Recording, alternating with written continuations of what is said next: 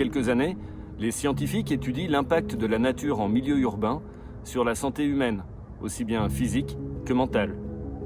Une étude américaine, basée sur un panel de 100 000 personnes, conclut à un taux de mortalité inférieur de 12% pour celles vivant à moins de 250 mètres d'un espace vert. D'après une autre étude britannique, réalisée sur un échantillon de 40 000 personnes qui ont un accès à un parc dans leur ville, il apparaît que celles-ci vieillissent en meilleure santé et ne contractent pas les mêmes maladies que celles qui en sont dépourvues. Enfin, depuis une quinzaine d'années, un trouble médical est apparu. Le syndrome du manque de nature. D'abord révélé chez l'enfant, il semble peu à peu progresser chez l'adulte. Il illustre à lui seul la nécessité de préserver le lien indéfectible entre l'homme et la nature.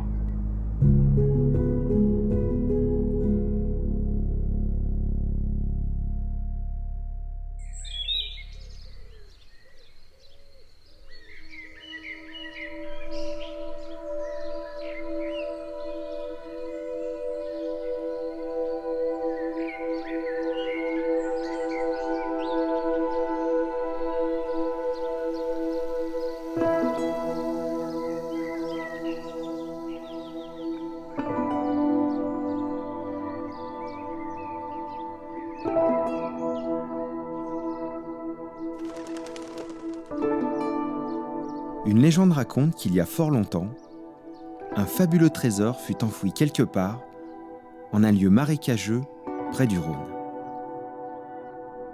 Opulent butin de pillards ou bien trésor de croisés, il y aurait parmi ces merveilleuses richesses une tête en or du Christ. Si le trésor n'a toujours pas été retrouvé, un lieu porte bel et bien son nom depuis des siècles, le parc de la Tête d'Or. Juin 2020.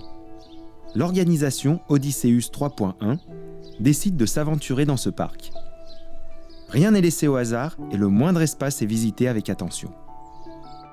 De cette étude rigoureuse ressort l'éclatante réalité d'une nature bouillonnante, d'une biodiversité splendide aux reflets insoupçonnés. L'homme, cet apprenti sorcier qui défie les dieux depuis des millénaires, cherche encore et toujours à façonner le monde à son image. Né des méandres du Rhône, le lac de la Tête d'Or évoque le mythe de Narcisse, fils du dieu fleuve Céphise. Le devin Tirésias, à qui l'on demanda si l'enfant vivrait longtemps, répondit « Il vivra vieux s'il ne se connaît pas ».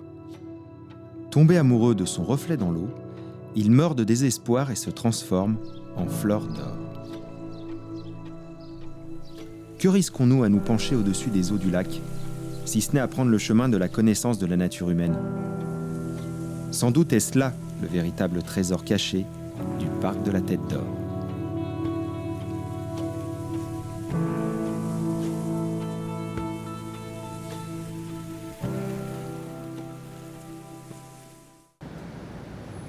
L'homme, cet animal arrogant et souvent malhabile dans le jugement des autres espèces, fait parfois preuve de résilience et de bon sens. « Scrute la nature, c'est là qu'est ton futur ». Cette citation, attribuée à Léonard de Vinci, nous interpelle forcément tant elle semble moderne. Impossible d'imaginer séparément l'humain de la nature. Profondément liés l'un à l'autre, cohabitation nécessaire, surtout pour celui qui a vu la moitié des espèces disparaître en seulement 2 siècles. Souvenons-nous de l'histoire. C'est en 1856, sous l'impulsion du préfet-maire de Lyon, Claude Marius Weiss, qui souhaitait offrir de la nature à ceux qui en étaient dépourvus, que la mission de réaliser le parc fut confiée aux frères Buller. Ce trio, résolument précurseur, engageait dès lors, au-delà d'une nouvelle identité dans le paysage urbain lyonnais, un vaste chantier qui fera éclore ce qui sera le poumon vert de la cité. C'est dans ce dédale urbain et en vase clos qu'un écosystème est né, a grandi et vit.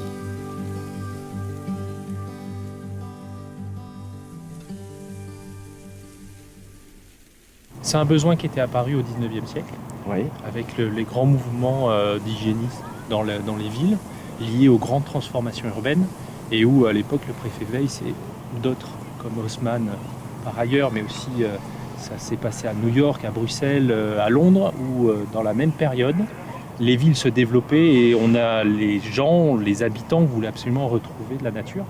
Donc il y a eu ce travail et cette préservation, cette création du parc grâce au préfet Weiss. Et aujourd'hui, on est dans une situation différente, mais on a une même attention, une même attente des habitants pour avoir plus de nature en ville, encore plus de présence.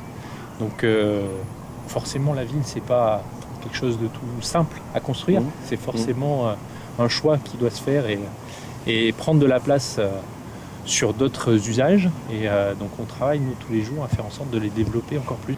Et on fait aussi évoluer nos pratiques tous les jours. Et vous l'avez peut-être vu dernièrement, puisque suite au confinement, on a eu 2 mois sans intervention d'usagers, de visiteurs, et y compris aucune intervention de la main du jardinier. Et en fait, on a un peu changé nos pratiques de gestion. C'est un test, c'est quelque chose qu'on faisait un peu régulièrement depuis une quinzaine d'années sur Lyon. Et là, on a voulu donner un plus grand coup en laissant encore plus de nature présente.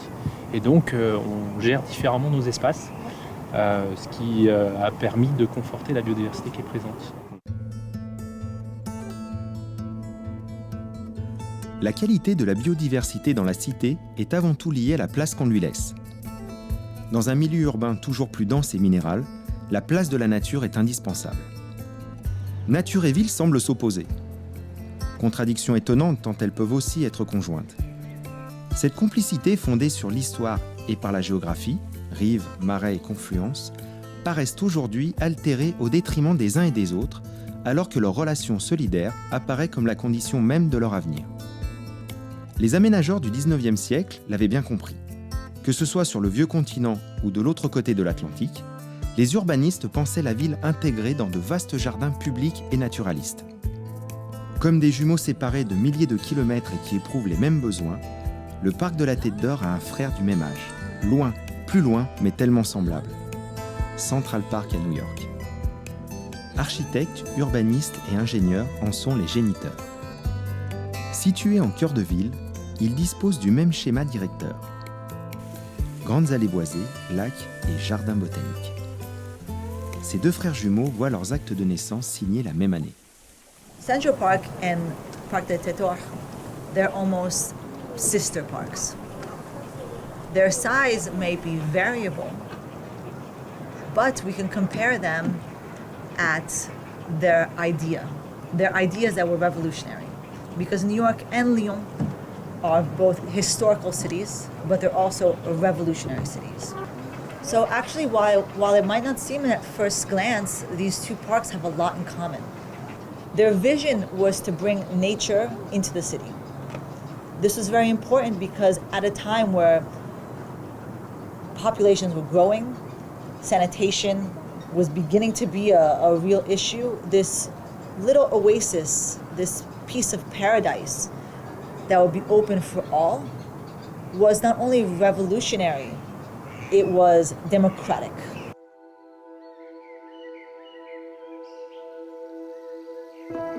Notre démarche est double, voire triple. Nous allons simultanément observer, plonger et cartographier. Franchi les majestueuses grilles par la porte des Enfants du Rhône, le parc de la Tête d'Or s'ouvre sur la perspective de ce vaste lac de 17 hectares, étendu lacustre au centre de l'agencement paysager. Composé d'îles, il semble sur ses berges être dominé par de bienveillants arbres centenaires, penchés sur ses eaux tels des patriarches protecteurs. Même si les temps modernes font craindre une éventuelle érosion, on sent déjà l'harmonie dans ce paysage aux allures de jardin d'Éden. Tout semble être à sa place. Le parc de la Tête d'Or est aujourd'hui le lieu de promenade préféré des Lyonnais en quête d'évasion urbaine. Poumon d'une ville de 2000 ans d'histoire et de près de 1,5 million d'habitants, il est un musée de la biodiversité à ciel ouvert. Ce sont environ 20 000 espèces différentes qui résistent à l'oppression de la ville. Il accueille près de 3 millions d'humains qui foulent ses allées chaque année. Mais comme le soulignait Claude Lévi-Strauss, le savant n'est pas l'homme qui fournit de vraies réponses, c'est celui qui pose les vraies questions. Les questions ont en effet l'avantage d'ouvrir un spectre, un champ des possibles. Interrogeons-nous alors sur le rôle de la biodiversité en milieu urbain pour mieux comprendre ces enjeux entre l'homme et la nature. Organisés en 3 groupes distincts, naturalistes, plongeurs et géomètres, l'aventure peut commencer. Après un dernier brief, nos combis enfilés, blocs sur le dos, nous nous mettons à l'eau. Sous la supervision de Vincent Marant, biologiste marin, nos plongeurs entament une prospection méticuleuse dans ces eaux inexplorées. Il nous appartient maintenant de sonder chaque recoin, chaque herbier, pour évaluer la richesse biologique. Notre but est clairement de dresser un inventaire de la faune et de la flore. Nous menons notre perquisition avec précision. Dès les premiers coups de palme, nous sommes d'emblée accueillis par les silures, brochets et perches-soleil. Tapis dans les herbes, immobiles, nous découvrons un réservoir de vie. Écrevisses, alevins et poissons, témoins muets de cette scène, semblent vivre ici en parfaite symbiose. Chacun occupe sa place, imperturbable.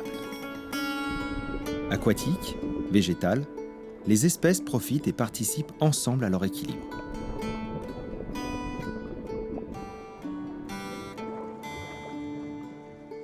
On est là au bord du lac de la Tête d'Or, toi et moi, et je suis tellement heureux de partager ce moment-là avec toi. Toi qui as tellement l'habitude d'observer, référencer tout ce qui se passe sous l'eau notamment. Est-ce que tu as trouvé matière à ce à quoi tu t'attendais? Alors, en ce qui concerne les observations qu'on a pu faire, on a essayé de s'y préparer du mieux possible. Et c'est au moment où on met la tête sous l'eau que vraiment on se rend compte de ce qu'on va rencontrer. Alors, les précipitations de ces derniers jours nous ont pas tellement aidés. Au niveau visibilité, c'était un peu moyen, mais ça n'empêche pas de voir, ça n'empêche pas de faire des prises de vue, même si ça les complique pas mal. Et les bonnes surprises, ça a été effectivement l'abondance de vie dans les milieux qui s'y prêtent. C'est sûr qu'au fond du lac, on savait que c'est pas à cet endroit-là qu'on trouvera le plus de vie. Mais dès qu'on approche des talus rocheux qui sont comme ici devant nous, dès qu'on approche comme là derrière des endroits où les branches viennent rejoindre la surface et même en dessous de la surface, là on sait qu'on va trouver du poisson et on n'a pas été déçus. Beaucoup de silures, brochets, carpes, perches. C'est l'époque de la reproduction des petites perches soleil et on les voit au-dessus de leur nid. Des écrevisses bien sûr. Alors, on est dans un parc urbain et donc il y a aussi présence de la tortue de Floride qui a été libérée par des gens qui n'en voulaient plus chez eux. Les perches, je regarde le papier qu'on a préparé, brochés, je l'ai dit. Alors, toujours cette anguille qui reste mystérieuse, c'est pas parce qu'on ne l'a pas vue qu'elle n'est pas présente. Mais, donc, il faudra qu'on revienne. Il faudra qu'on revienne, mais ce qui est surtout intéressant, c'est d'après les observations qui ont été faites par tous les plongeurs à différents endroits, on dispose vraiment de ce qu'on peut appeler un point zéro.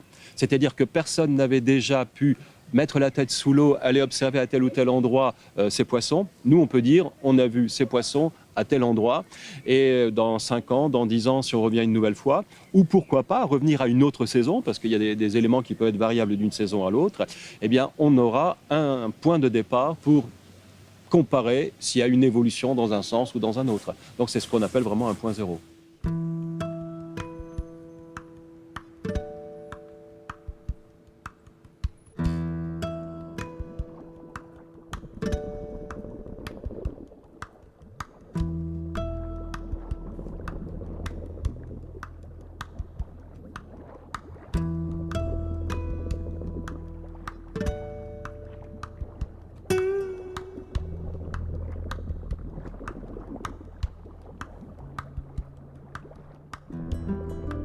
C'est sûr qu'au départ, on est dans un milieu artificiel, puisque ce lac a été créé de toutes pièces. Il y avait juste un bras mort du Rhône, et puis on a fait un lac. Mais tôt ou tard, un milieu artificiel finit par acquérir son autonomie. Et puis, bon, bien sûr, certains poissons ont été apportés par l'homme, notamment les silures, très probablement. Mais les oiseaux, ces oiseaux qui possèdent des pattes palmées, lorsqu'ils décollent d'un plan d'eau, peuvent enfermer dans leurs pattes quelques algues ou quelques végétaux aquatiques sur lesquels sont collés des œufs.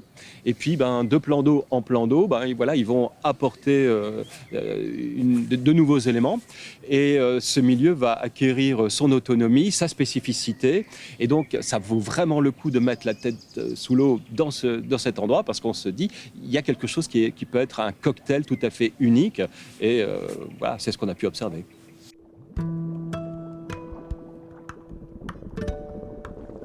À la surface, frontière liquide qui sépare deux mondes intimement liés, l'équipe de géomètres experts menée par Dominique Fernandez sonde les moindres reliefs du lac.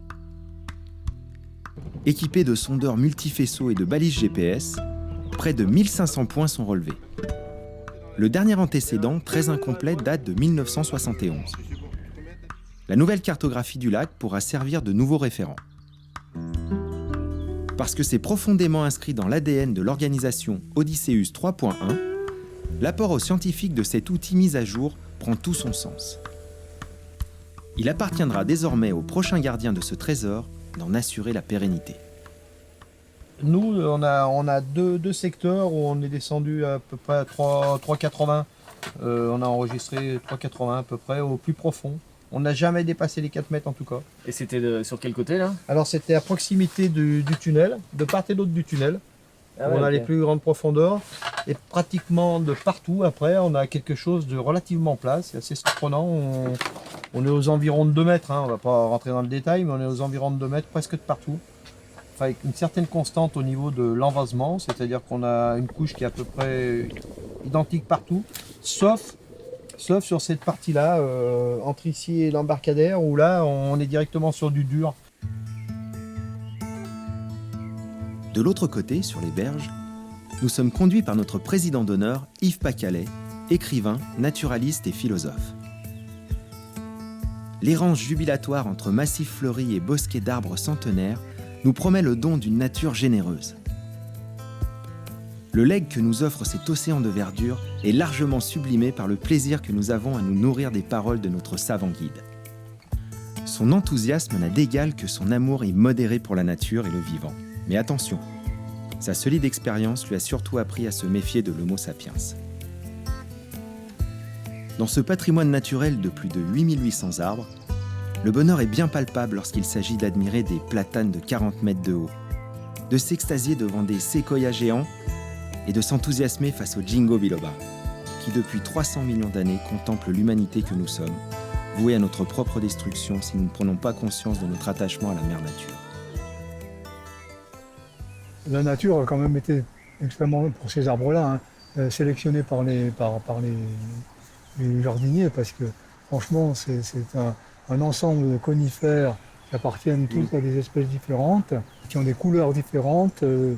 L'œil de l'homme, comme sa main, ont voulu constituer une sorte de haie de 30 mètres de hauteur. Ici, on a la démonstration que la cohabitation est possible et souhaitable. On est dans un parc au milieu d'une ville, entouré de bagnoles, d'immeubles, etc. Et on a des reflets magnifiques pour être japonais dans l'eau d'un lac.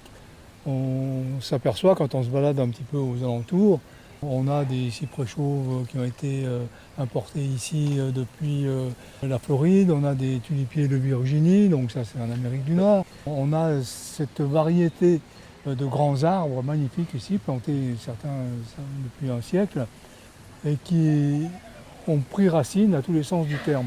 Et en prenant racine, ils ont créé un nouvel environnement. Cet arbre-là, c'est probablement un de mes arbres favoris. C'est un Ginkgo biloba. Alors biloba, c'est parce qu'il y a 2 lobes à ses feuilles qui en automne prennent une couleur d'or, et on l'appelle aussi l'arbre aux écus.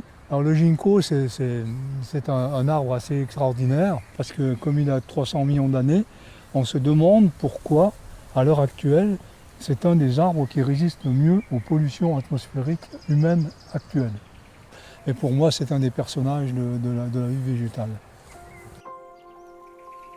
Depuis sa création en 1857, le parc de la Tête d'Or a fait fi des pires conditions et, fort heureusement, la volonté de protéger cette enclave onirique est toujours aussi forte. Du haut de ses 163 ans, il trône fièrement et semble être posé sur la ville depuis toujours, immuable. On ne compte plus les générations qui s'y sont succédées et il nous témoigne aujourd'hui d'une excellente santé. Eau, air, faune, flore, homme, de l'interaction de tous ces éléments dépendent le maintien de l'harmonie et de l'équilibre miraculeux de cette nature. Il est de notre devoir de préserver cette connexion. Veillons sur cette ordonnance et héritiers heureux de ce bien précieux, protégeons-le pour que les enfants de nos enfants puissent à leur tour perpétuer le respect de ce joyau. Les poissons ou les écrevisses ont besoin de ce qui vient de la terre, et inversement, la terre a besoin de ce qui vient de l'eau. Et le milieu en équilibre, c'est ça, c'est un milieu qui est complexe, qui est fait d'espèces variées, mais qui finalement arrive à fonctionner tout ensemble, et tous ont besoin des autres. C'est ce que les hommes ne réussissent pas à comprendre parce qu'ils pensent, eux, qu'ils sont les seuls indispensables. Et simplement, la beauté des plantes, des animaux, des paysages est parfois telle que je me dis, c'est pas possible que la génération à laquelle j'appartiens massacre tout par égoïsme, par cupidité, pour faire un peu de fric, pour ouvrir une mine, pour faire un bâtiment. Et ce sont des spectacles qui sont dans la tête des enfants, dans les rêves des enfants. Ils sont dans notre culture, ils sont indispensables à la nature, ça fait partie de la nature. Mais si on détruit cette nature-là, à ce moment-là, on détruit aussi une partie de notre culture et on détruit ce qu'il y a de plus beau dans la tête de nos enfants, c'est-à-dire leurs rêves, les légendes et la façon qu'ils ont de se projeter dans un milieu qui est à la fois de la nature et puis un milieu où il y a aussi des fées, des génies, des personnages de légende. Ça va ensemble et on ne peut pas entrer dans un monde 100% rationnel où tout est calibré et tout est estimé en valeur argent. Il y a des valeurs bien supérieures.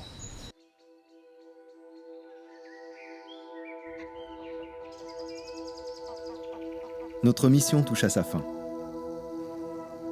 La porte des enfants du Rhône se referme derrière nous. Le regard que nous posions devant le mythe de la Tête d'Or n'est plus le même. Cette incroyable et fertile aventure a modifié notre point de vue. Au-delà du mythe, il nous a été possible de renforcer nos connaissances sur les bienfaits de la nature en ville, de comprendre le vivant, de s'interroger sur le fragile équilibre de l'action humaine face à la nature et à la place qu'on veut bien lui laisser. Derrière la figure mythique du trésor de la Tête d'Or, l'issue de notre expédition nous permet d'appréhender indéniablement les nouveaux enjeux de société face à notre mère nature et valide l'évidente nécessité de continuer à explorer pour la connaissance du vivant, toujours dans le sage but d'éduquer et de transmettre à nos générations futures.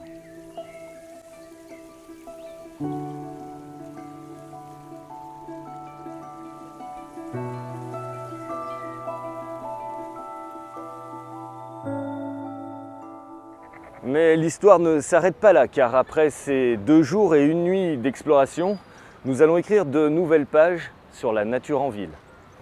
Nos référencements d'espèces aquatiques et terrestres, ainsi que nos relevés bathymétriques sont désormais entre les mains des scientifiques. Odysseus a d'ailleurs obtenu les autorisations nécessaires pour continuer d'étudier leur évolution. Et puis, il nous appartiendra d'aller au-delà de l'Atlantique, à Manhattan, et d'explorer le Jackie Kennedy Reservoir pour réaliser une étude comparative. Au-delà du mythe, une réalité. Il est temps que la nature et l'humanité grandissent ensemble.